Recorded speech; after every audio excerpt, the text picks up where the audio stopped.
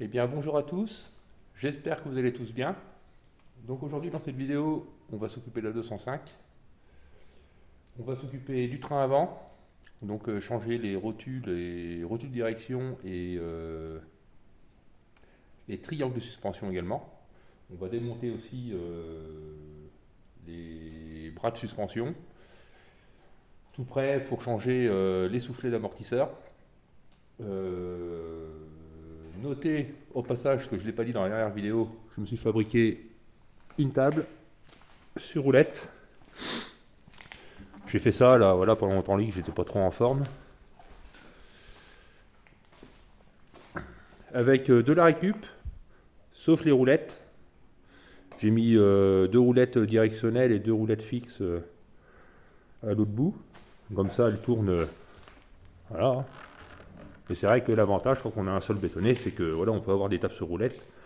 Il n'y a pas de problème. Et surtout, je me suis servi de ça. Il faut que je la renforce un petit peu plus pour pouvoir, comme pour le moteur qui est juste là, ici. Ça, c'est le moteur qui va aller dans la 206. Et du coup, je pourrais le poser dessus, séparer le moteur de la boîte, être à hauteur pour faire la distribution, etc. Donc ce sera tout de suite mieux. Par contre, les roulettes, enfin honnêtement, je les ai pas pris à l'action parce qu'il faut quand même que ce soit du costaud. Je les ai pris à Brico Dépôt et c'est quand même des grosses roulettes, hein, sans que ça paraisse. On peut mettre 100 kg par roulette, donc 400 kg.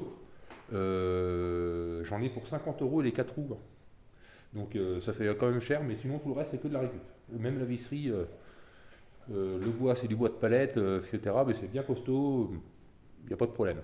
Donc là ce que je vais faire, c'est que sur la 205, je vais la lever. Avant de la lever, je vais enlever les enjoliveurs, desserrer les écrous de cardan. Et puis bah, la lever pour ensuite après enlever les roues, etc. Je vais essayer de faire des plans sur ça. Et je vous reprends après.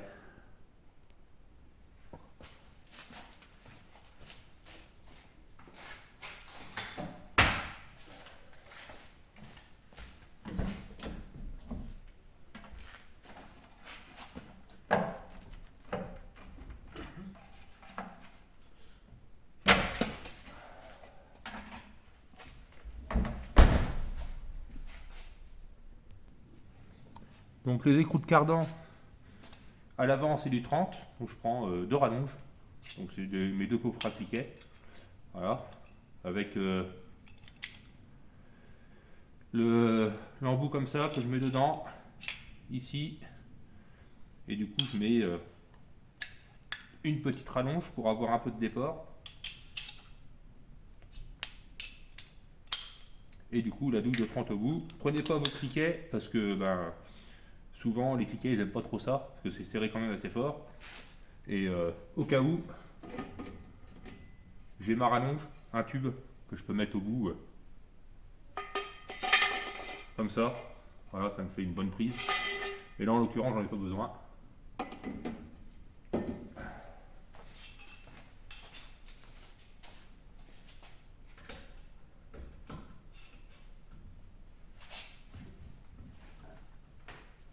Clac.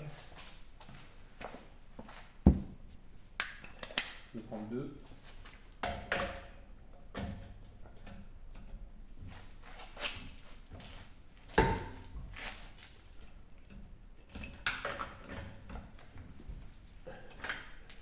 Clac. Donc là on se met sous le berceau, au centre. On n'oublie pas de serrer le frein à main. Pas la peine de mettre de vitesse, hein.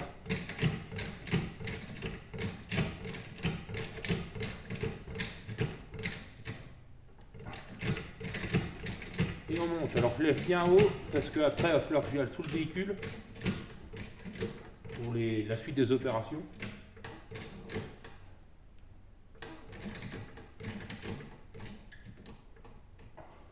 Voilà. Et on met les deux chandelles.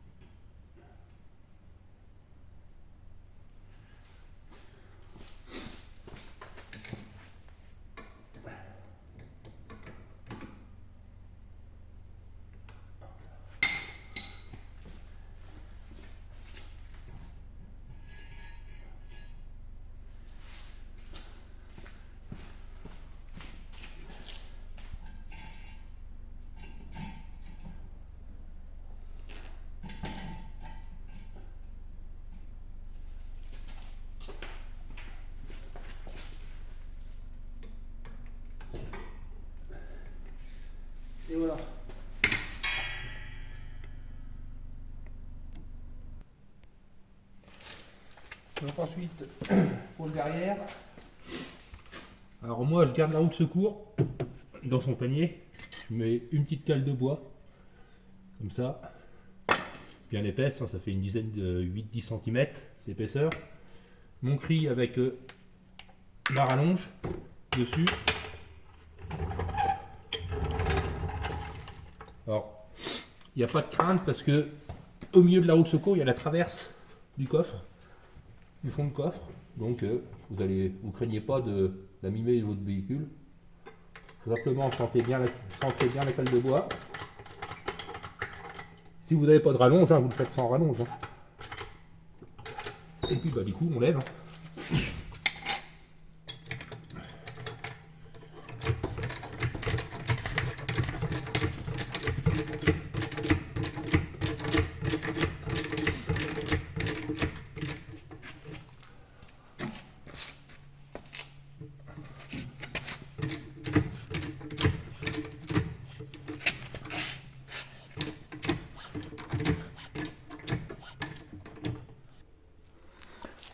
Donc, les écrous de roue, c'est du 19.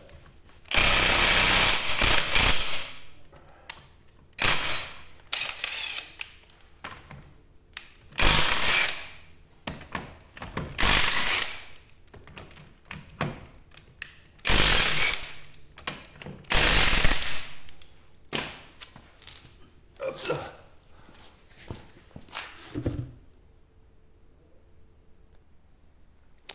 Donc là, j'ai enlevé les 4 roues qui sont là. Petite astuce pour les goujons. À chaque fois que vous empilez une jante, vous mettez les 4 goujons. Comme ça, vous êtes sûr de ne pas les perdre. J'ai essayé de séparer les pneus de l'avant et de l'arrière. Là, en l'occurrence, là, moi, je ne l'ai pas fait parce que les 4 pneus seront neufs. Ils ont 30 km. Donc, il n'y a pas d'importance. Là, ce qui se passe, c'est que je vais enlever... En fait, on va changer sur le train avant la rotule qui est ici, donc c'est la rotule direction, et le triangle qui est juste là, donc qui relie la roue au berceau. Donc ce truc là, voilà. Donc le berceau juste au bout de mon doigt là, donc jusque là, ici. Donc, mais pour alors. Là, je vais enlever les cardans, aussi moi, pour la simple et bonne raison que je vais vous emmener en dessous avec moi au contrôle technique. Elle a été refusée aussi pour ce cylindre bloc ici, ce support moteur là. Donc pour ce support moteur là, j'ai la pièce pour le changer, le souci n'est pas là, mais il faut que j'enlève carrément tout le bloc. Donc ça, et pour ça, il faut que j'enlève les cardans. Donc c'est pour ça que j'ai préparé un bidon pour vidanger la boîte. Voilà, le bouchon qui est là.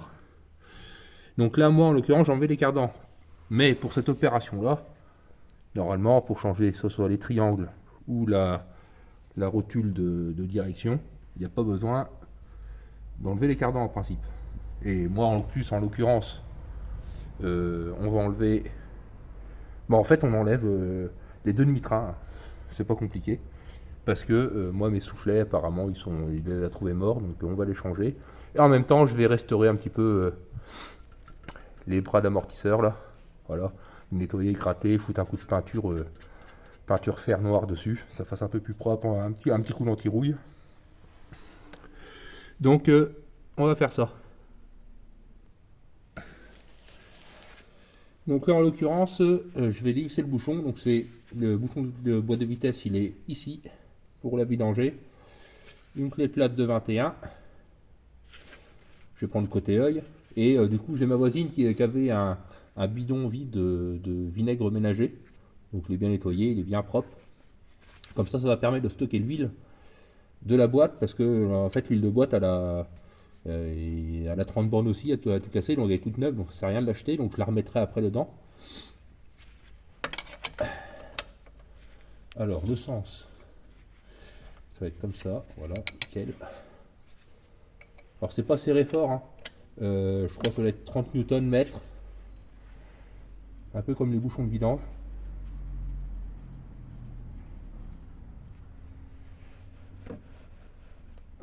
comme ça.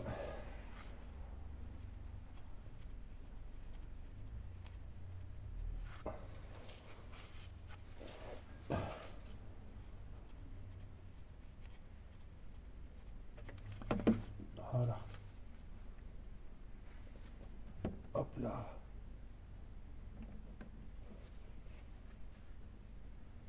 Bien sûr, c'est des boulines partout. Oh, bon bah, faudra que je rachète un litre.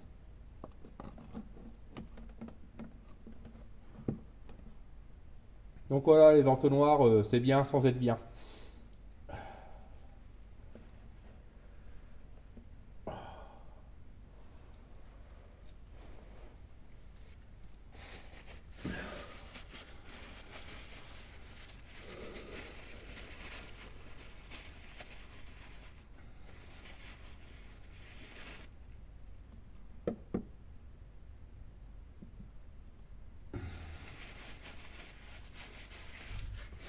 Vous voyez le résultat.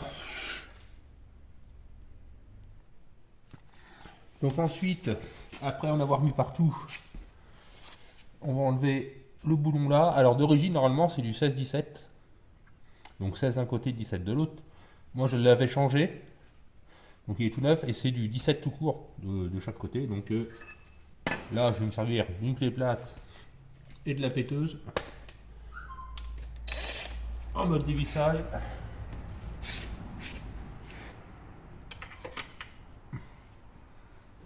On prend l'écrou et le boulon et on y va. Tac.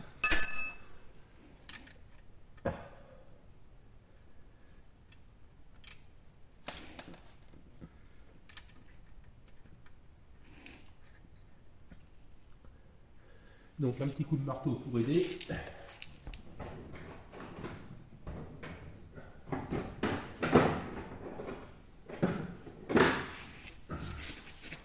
Le marteau en mécanique, c'est la vie.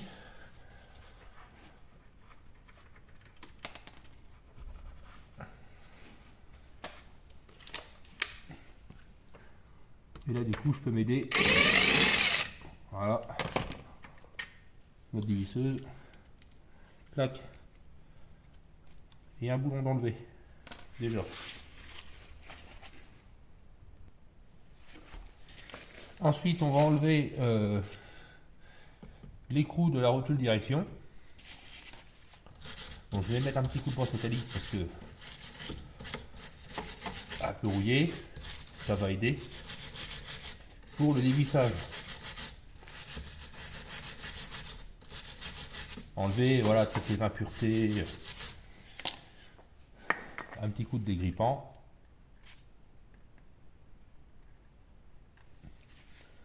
Hop. Et on laisse agir un petit peu avant de dévisser. Donc après avoir laissé agir un petit peu, on dévisse.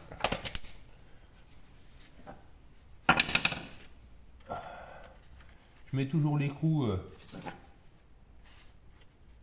pour éviter d'escraper le filet, alors même si je vais la changer. Hein.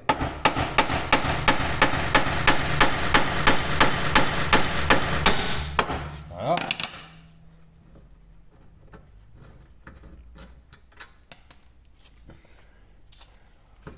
Mais si vous la changez pas, elle commence à être morte. Effectivement. Si vous la changez pas, mettez toujours l'écrou au bout. Voilà, ça évite d'esquinter vraiment le bout là. Et là, ce que je vais faire, c'est que je vais mettre tout près un coup de dégrippant et laisser agir. C'est juste pour quand j'ai changé la rotule pour moins peiner à dévisser là. Du coup, ça sera mieux après au démontage. Donc ensuite, je vais démonter l'étrier de frein qui est là complet, donc avec les deux vis qui sont là. Je vais tourner. Voilà. Donc ici, les deux vis là. Donc ça, c'est du 19. Donc j'y vais à la péteuse, hein, si vous avez une clé à cliquer, une clé plate, ça va aussi. Hein.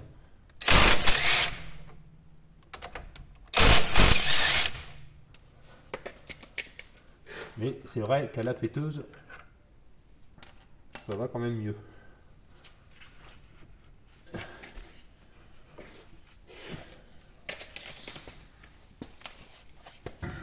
Et du coup, clac, et je me suis mis un petit fil de fer. C'est juste pour tenir, voilà, mon étrier. De toute manière, on va changer les deux fléquilles de frein à l'avant également.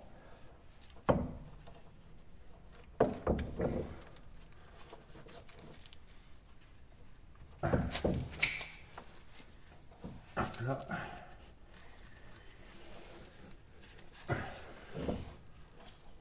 Et essayer de faire un nœud là-dessus. Hop là.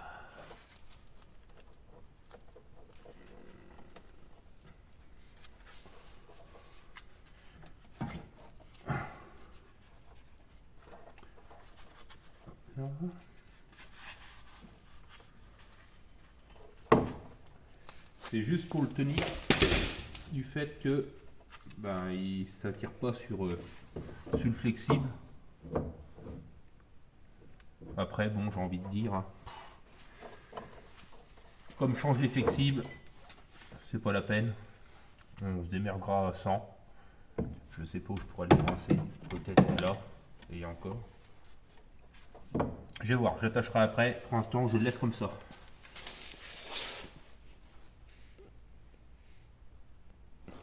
Là, une fois que vous avez tout dévissé, enlevé l'étrier, etc., pensez toujours à revisser les vis dessus. Les deux là, dans le même ordre. Et puis voilà, comme ça, au moins vous risquez pas de les perdre, ni avec la petite entretoise là. Et comme ça va bien.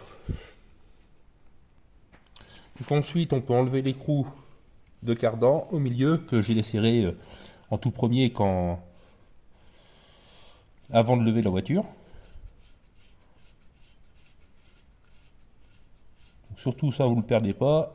Et dès que le cardan est enlevé, on le remettra sur le cardan tout près. Alors normalement, les écrous de cardan, une fois que ça a été serré, quand on les enlève, normalement il faut les remplacer.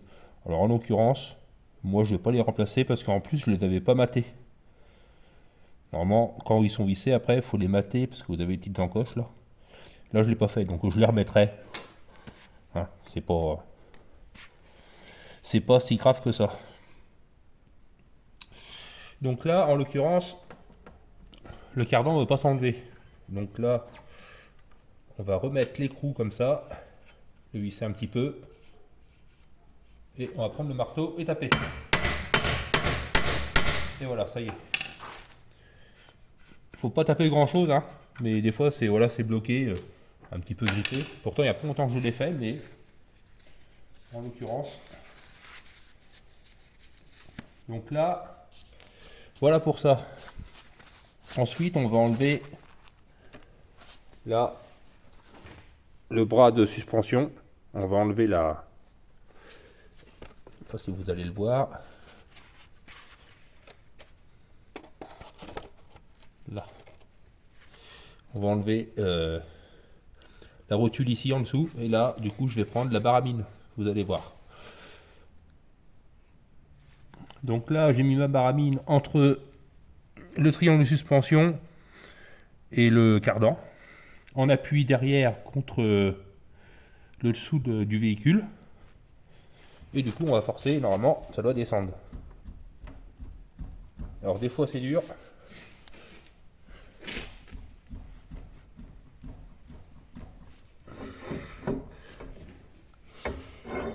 Alors des fois, ça veut pas. Comme là. Et faut batailler du coup.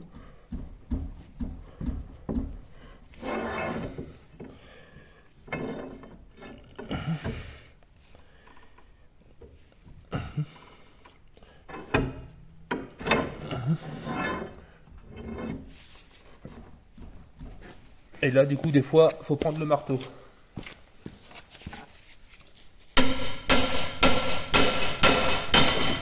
Voilà, c'est bon, à bien.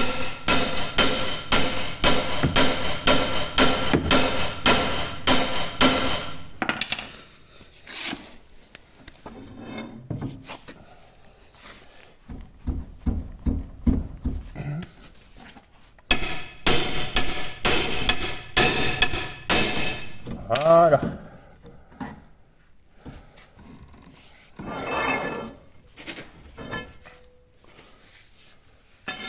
Donc voilà, avec une baramine, hein, voilà, avec une baramine, ça va tout de suite mieux. Donc là, on va sortir le cardan. Préparez-vous un petit carton, voilà, comme ça, propre, pour pouvoir mettre les cardans dedans, les pièces que vous avez à mettre dedans, etc. Et comme ça, c'est au propre, ça prend pas la poussière ni rien. Et ça évite d'en perdre des morceaux et d'en avoir partout, en fait. Donc là, je vais enlever le cardan.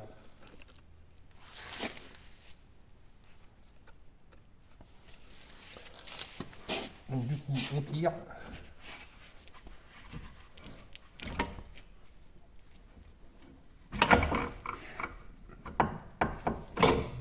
Voilà. Et voilà, tout de suite. Ça vient sans problème. Et tout de suite dans le carton.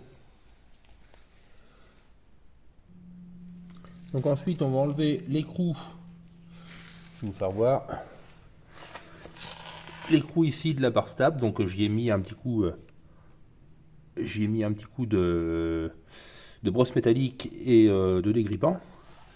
Donc ça agit un petit peu. Je sais pas si vous allez voir. Les trucs verts là-bas au bout de mon bois, c'est les cils en bloc. Alors j'avais changé les cils en bloc là, ici, là-bas. Donc il y en a un de chaque côté. Donc la barre stabilisatrice, elle part d'ici, elle va jusqu'à l'autre bout, en passant par le berceau là-haut. Donc moi j'avais changé déjà les cils en bloc. Donc là en l'occurrence, il faut dévisser ce boulon là pour avoir le bras ici. Donc c'est ce qu'on va faire. Donc là c'est du 18.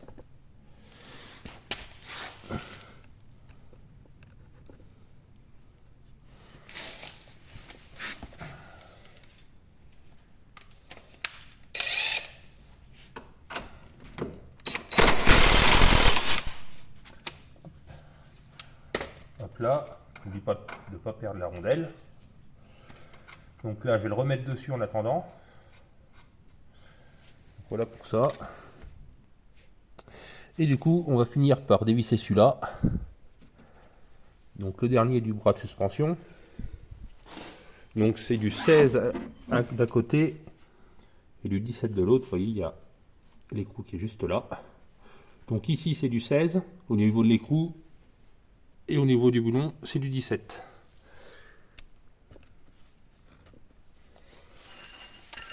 Donc, je prends une clé plate de 16 derrière.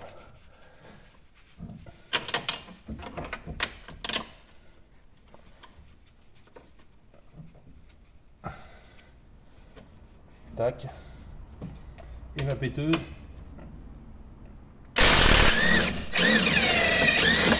Et voilà.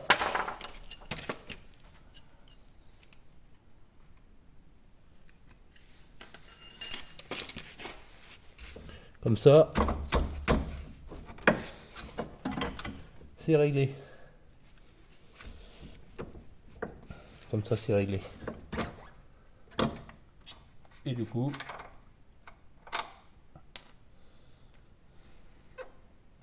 on peut enlever le bras de suspension. Je remets la rondelle et l'écrou ici au bout. Et voilà le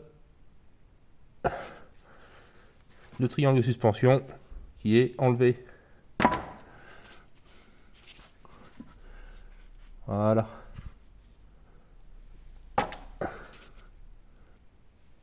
Ensuite, on va enlever le disque parce que faut qu'on sépare.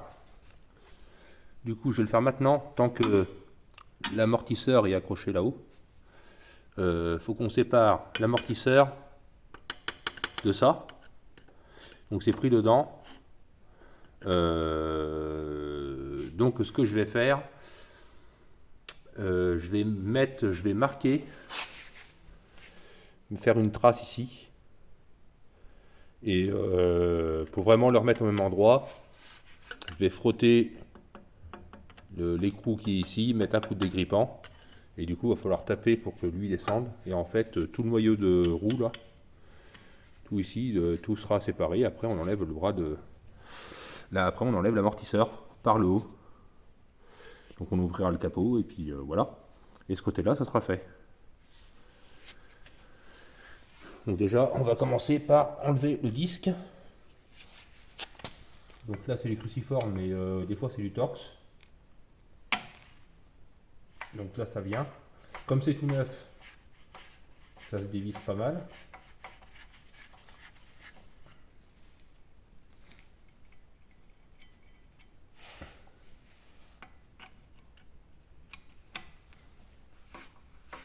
De manière que ça c'est pas serré fort. Hein.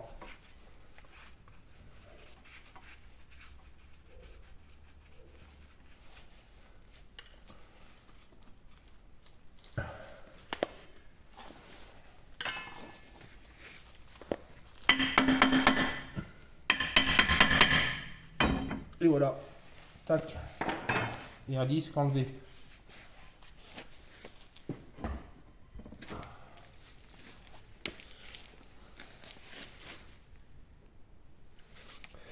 Donc un petit coup de brosse là, pour aider. Vous voyez que j'ai fait ma marque, avec aussi le tour, pour la profondeur. Donc j'essayerai de pas trop y décaper ici, enfin du moins d'y nettoyer.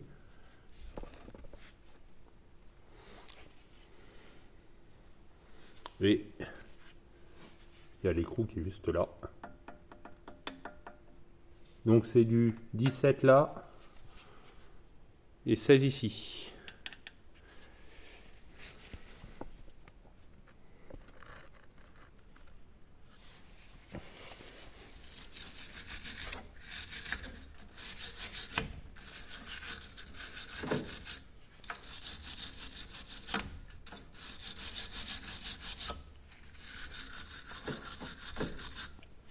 Donc c'est important de nettoyer pour avoir une bonne prise. Ça évite de foirer les têtes de boulons de vis. Et on met un petit coup de dégrippant. Clac.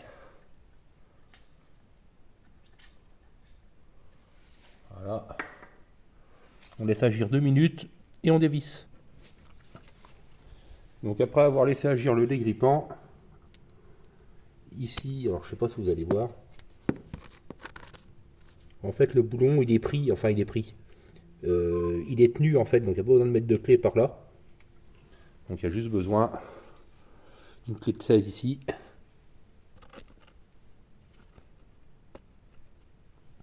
Donc on prend la péteuse. Et ça y va tout seul. Voilà l'utilité de bien nettoyer son écrou et son pas de vis en mettant des dégrippants, laissant agir 2 minutes et tout de suite ça va tout de suite mieux. Donc après avoir mis du dégrippant tout le tour ici là, pour vraiment aider, hein, parce qu'à mon avis ça va être grippé. Donc je vais prendre le marteau et puis je vais taper gentiment et puis voir si ça bouge.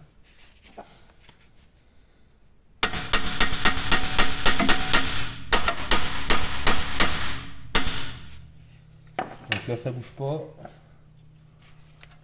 Donc je vais essayer de taper là ici déjà.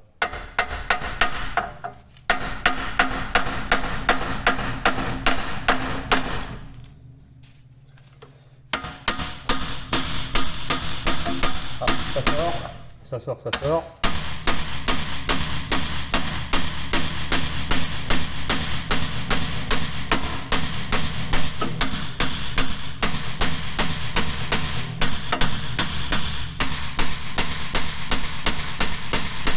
Et voilà. Et une fusée de 205 enlevée.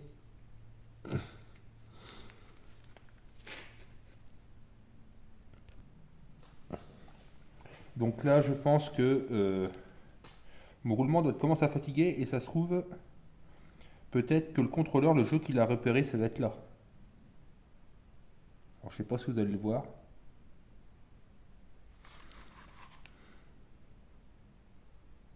Là, je pense que c'est plus flagrant. Je vais essayer de vous mettre au téléphone et vous allez entendre.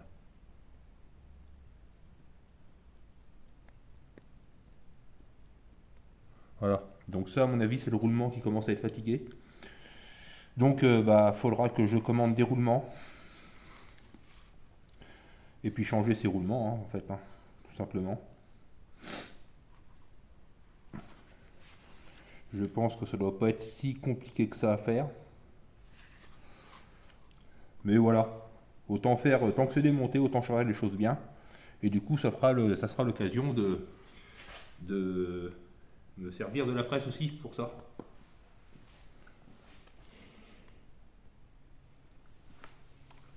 Donc pour démonter l'amortisseur, on a 3 écrous de 11. C'est pas du 10, c'est pas du 12, c'est du 11. J'ai pas de double longue, mais normalement celle-là devrait aller. Donc je vais faire ça à la péteuse. Et avant, on va nettoyer. On enlève le câble du klaxon. Également.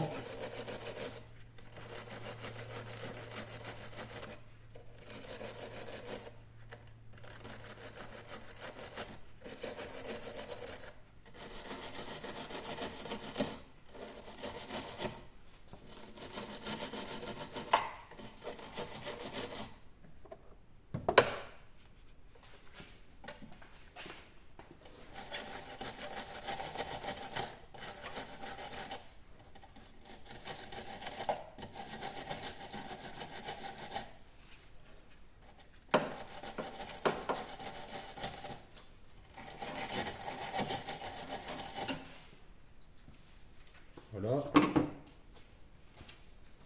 Un petit peu de dégrippant.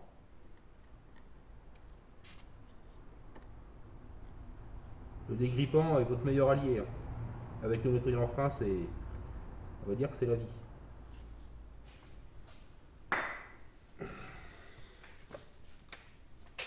Et du coup, là vous avez la patte qui sert à tenir le bocal de lave-glace.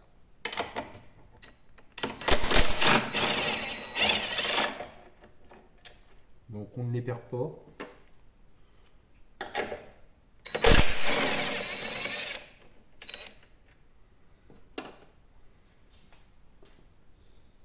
Et du coup on va venir tenir l'amortisseur.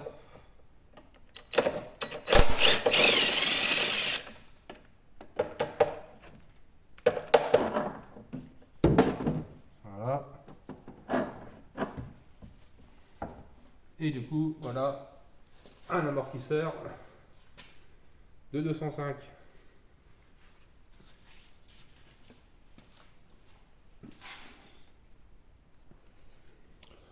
Donc voilà un demi-train complet de 205 déposé entièrement.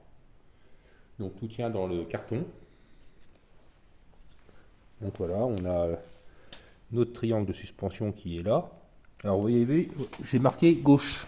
Alors en principe, quand le droit et gauche sur une voiture, c'est tout le temps quand on est au volant. Donc le gauche est là. Du coup, là on est comme si on était place conducteur.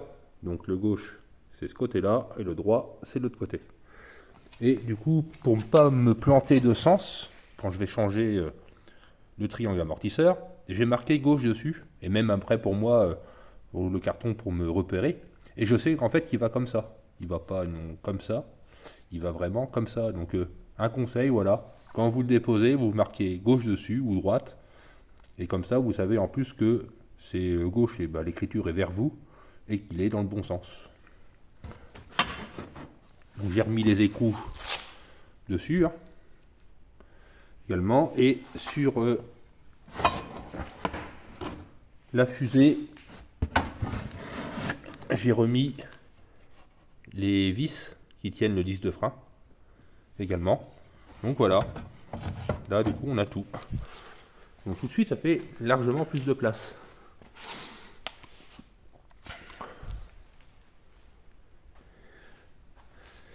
Je suis content de cette pile là, honnêtement c'est Elle éclaire vachement bien comme vous pouvez voir.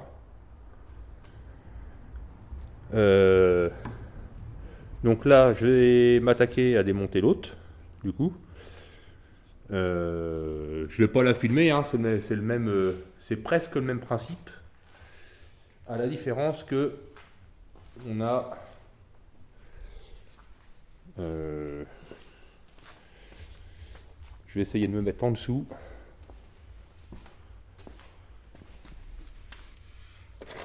Avec un peu de lumière. Il y a juste une petite différence.